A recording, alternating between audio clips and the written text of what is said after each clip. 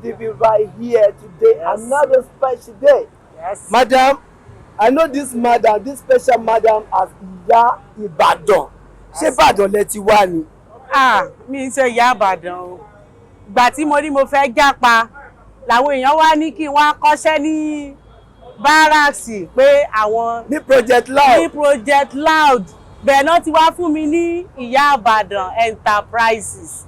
Torí wípé Wọ́n fẹ́ kí n jápa, wọ́n ní bí mo ṣe lè ṣe tí ọrọ̀ ajé mi ṣe lè lọ síwájú pé kí n wá kọ́ ní Project Loud. So ibẹ̀ la wà báyìí tó ti fún mi ní Ìyá Ìbàdàn. I will say thanks to the character like this my Fido Dido guy.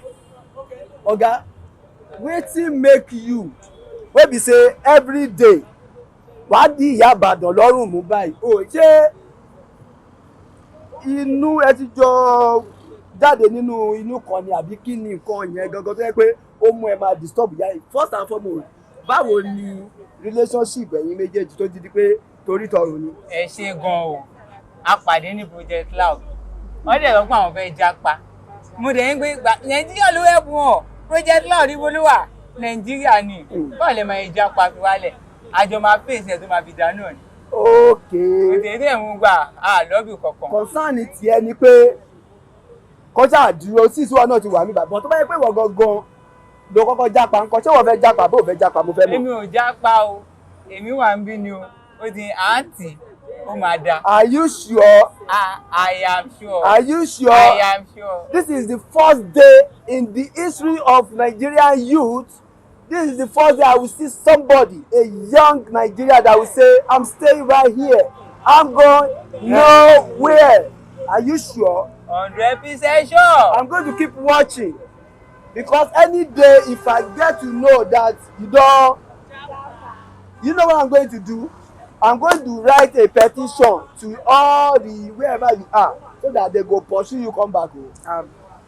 You no fit talk again. Madam, that's ṣe right. bí pé ó tọ̀ wá nìyẹn. Ó tàn wá ni o. Èmi ń jápa tóun ò bá tiẹ̀ jápa. Èmi ń jápa. Èmi ń jápa. Ìlú èbó ni lọ bí mo ṣe wà. Ẹ kúrò Nàìjíríà. Mo ń lọ báyìí. Àwọn máa dìbò sí i. Nǹkan tí mi fẹ́ kẹ́ sọ fún orúkọ bọ̀ yìí ni wípé ó ń jealous yín. Bẹ́ẹ̀ni. Ó fẹ́ kó jẹ́ wípé àwọn jọ máa wà bí. Ó lórí pé ẹ̀yin ti rẹ́dì. Bẹ́ẹ̀ni. Tó yẹ yín bẹ́ẹ̀ sì. Ẹ wá sọ fún wípé jíjápa tẹ̀yìn ń jápa ẹ̀ ń sìn. Èmi fẹ́ kẹ́ sọ fún pé kò ní pé ẹ̀ ń jápa. Ẹ sọ pé Nàìjíríà bye bye. I'm japa to go and establish. And come back. Yes. I love that. So wọ́n sọ fẹ́ pé àwọn lọ establish sọ bí pé wọ́n fẹ́ take business wọn to the next level. Thank you. Next level nílùú tàwa. No, when they are talking about business expand whatever. Ṣé bí wọ́n máa bẹ̀rẹ̀ díẹ̀ níbí ni? Wọ́n ò bẹ̀rẹ̀ kankan. Okay, I just got my. Wọ́n bá dẹ̀ lọ bẹ́ lọ́hùn, wọ́n máa bẹ́ padà. I just got my English right now. Business expansion. She has already started her business right here. Wọ́n fẹ́ wá move ẹ̀, wọ́n fẹ́ lọ open branch ní ìlú òyìnbó. Yes yo. Yes, mi pé wọ́n fẹ́ close down. Níbí báyìí, no. Like one advice lókè pé ẹni tó sọ pé ó fẹ́ japa, Nigeria is not good, Nigeria is not good.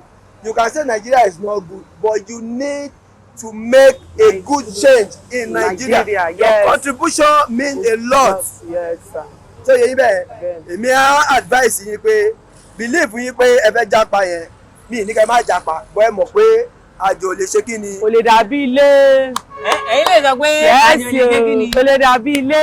Ẹ̀yin kò ní ìkẹ́ japa. Tí mo bá lọ mo tún padà bọ̀. Ẹ má fi ìṣòwò mọ́tò tí mo bá lọ ṣe mo tún kórè bọ̀. Mo ń kórè bọ̀ wálé. Owó mọ́tò tó ń bẹ pé àjò lè dàbí ilé tó bá lọ wọ́n á tún wá. Èmi àti owó mọ́tò káwọn fi lọ èmi á fi ṣe nǹkan. Owó mọ́tò tó máa fi padà wá èmi ti lọ sókè àwọn bàbá lóyún kan bíi igi adágún àbí ṣé kò sí lọ báyìí. Mr. Gentleman, you know this guy kò kí ń gbà. Kò kí ń gbà o. Bàbá no network ni bó ṣe wà yẹn. Kò kí bàbá no gree for anybody o. Japa. Èmi ti kú ògbẹ.